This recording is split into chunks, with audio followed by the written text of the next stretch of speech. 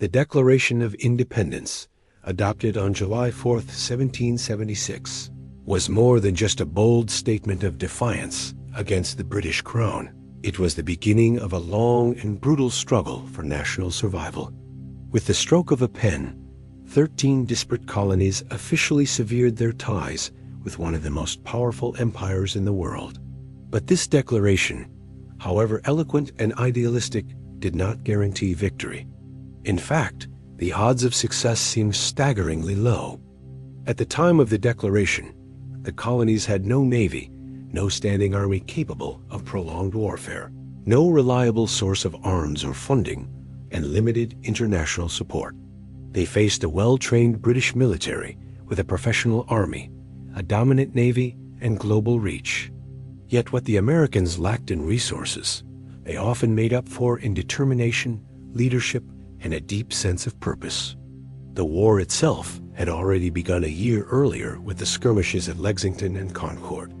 In June 1775, colonial militias under the makeshift Continental Army fought the British at the Battle of Bunker Hill near Boston. Although technically a British victory, the heavy losses they suffered proved that American forces would not be easily subdued. In 1775, the Continental Congress had appointed George Washington as Commander-in-Chief of the Continental Army. Washington, a veteran of the French and Indian War, faced the daunting task of building and maintaining a unified military force from an assortment of poorly trained and under-equipped militias. His leadership would prove essential in holding the cause together, even when defeat seemed imminent. The war was fought across many fronts. In 1776, British forces under General William Howe captured New York City after defeating Washington's troops in the Battle of Long Island.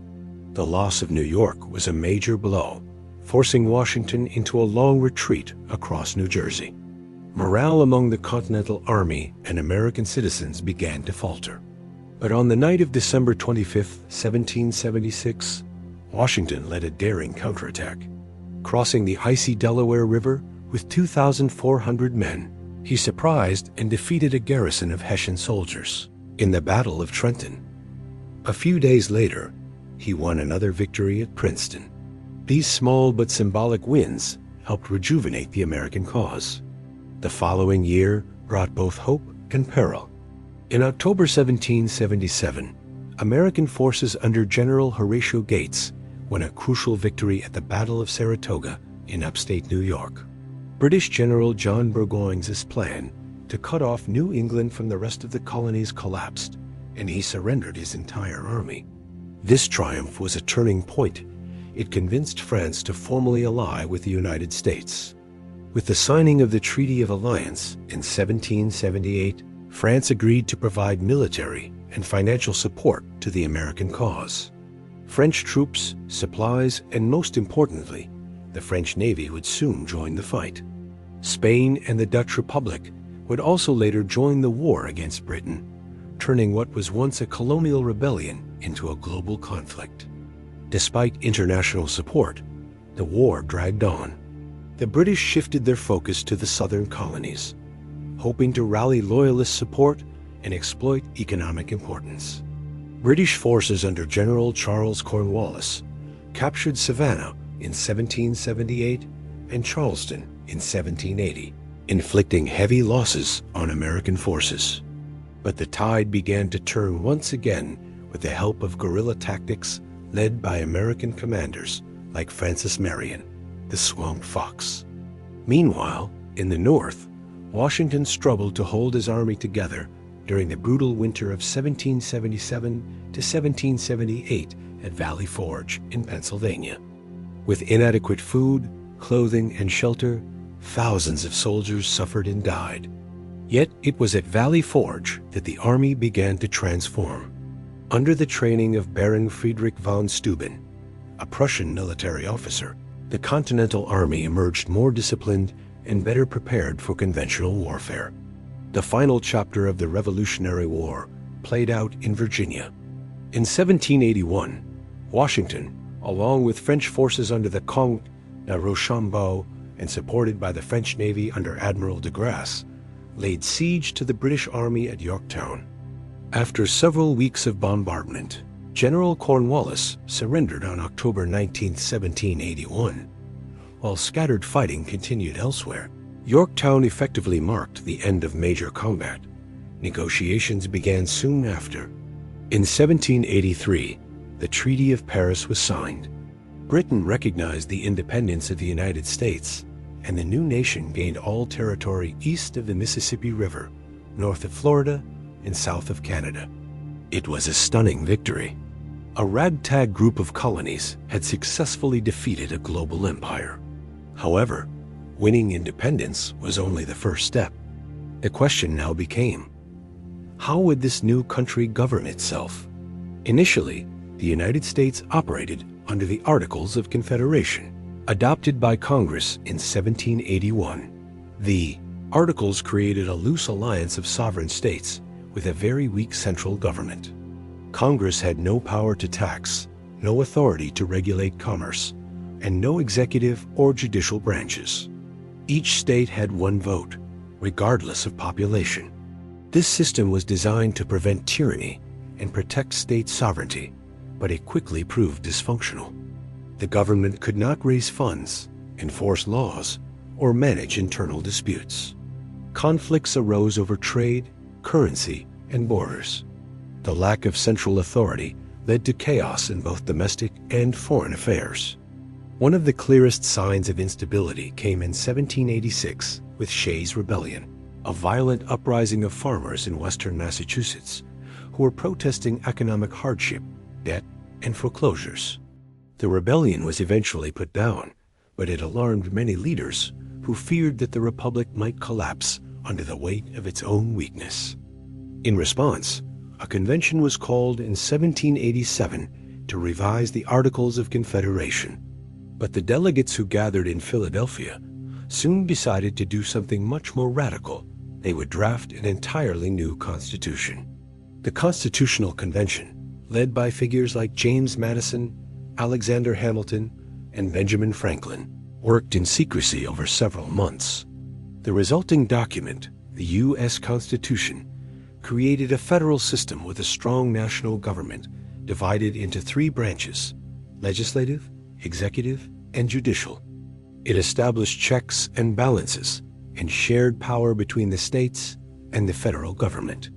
The Constitution was signed on September 17, 1787, and then sent to the states for ratification. The ratification process was deeply contested.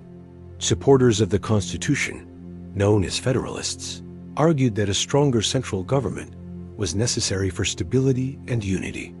Opponents, known as Anti-Federalists, feared the new government would trample individual liberties and states' rights. To address these concerns, the Federalists promised to add a Bill of Rights, a series of amendments that would explicitly protect civil liberties. This promise helped secure the Constitution's ratification, and it officially took effect in 1789. That same year, George Washington was unanimously elected as the first president of the United States. He took office in New York City, which at the time was the temporary capital. Washington set many precedents that shaped the future of the presidency, including the establishment of a cabinet and the tradition of serving only 2 terms. His administration faced significant challenges. The new government had to create institutions from scratch, establishing a judiciary, setting up a national bank, and creating departments to manage war, foreign affairs, and finance. Washington appointed Alexander Hamilton as Secretary of the Treasury and Thomas Jefferson as Secretary of State, 2 men with sharply contrasting visions for the nation's future. Hamilton advocated for a strong central government, industrial development, and close ties with Britain. Jefferson favored agrarianism, decentralization, and support for revolutionary France. Their rivalry defined early American politics and eventually led to the formation of the first political parties, the Federalists and the Democratic Republicans. Foreign affairs also tested the young republic. In 1793, war broke out between Britain and France. While Jeffersonians supported France, Washington declared neutrality. His farewell address in 1796 warned against permanent foreign alliances and political factionalism advice that would echo throughout American history. Washington chose not to seek a third term, and in 1796, John Adams was elected the second president. Adams, a Federalist, faced mounting tensions with France, which led to the undeclared quasi-war at sea. At home, the Alien and Sedition Acts designed to suppress dissent sparked outrage and accusations of tyranny.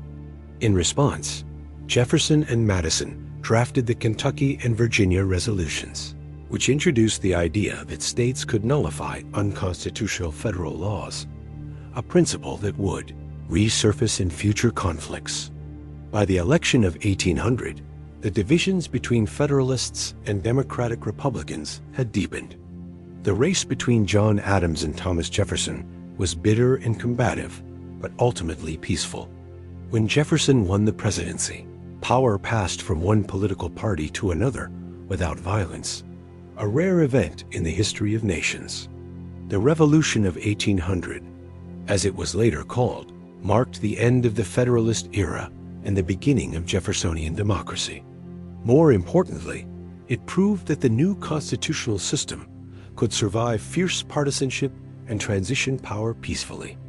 By the dawn of the 19th century, the United States was no longer a fragile confederation of rebellious colonies. It was a functioning republic with an elected government, a written constitution, and a growing population. Yet many challenges lay ahead: westward expansion, slavery, conflict with Native Americans, and wars with foreign powers. Still, the foundations had been laid. The American experiment in democracy, forged in the fires of revolution and built on principles of liberty and self-rule, had survived its infancy. The stage was now set for a new chapter in the country's history, one of expansion, ambition, and transformation.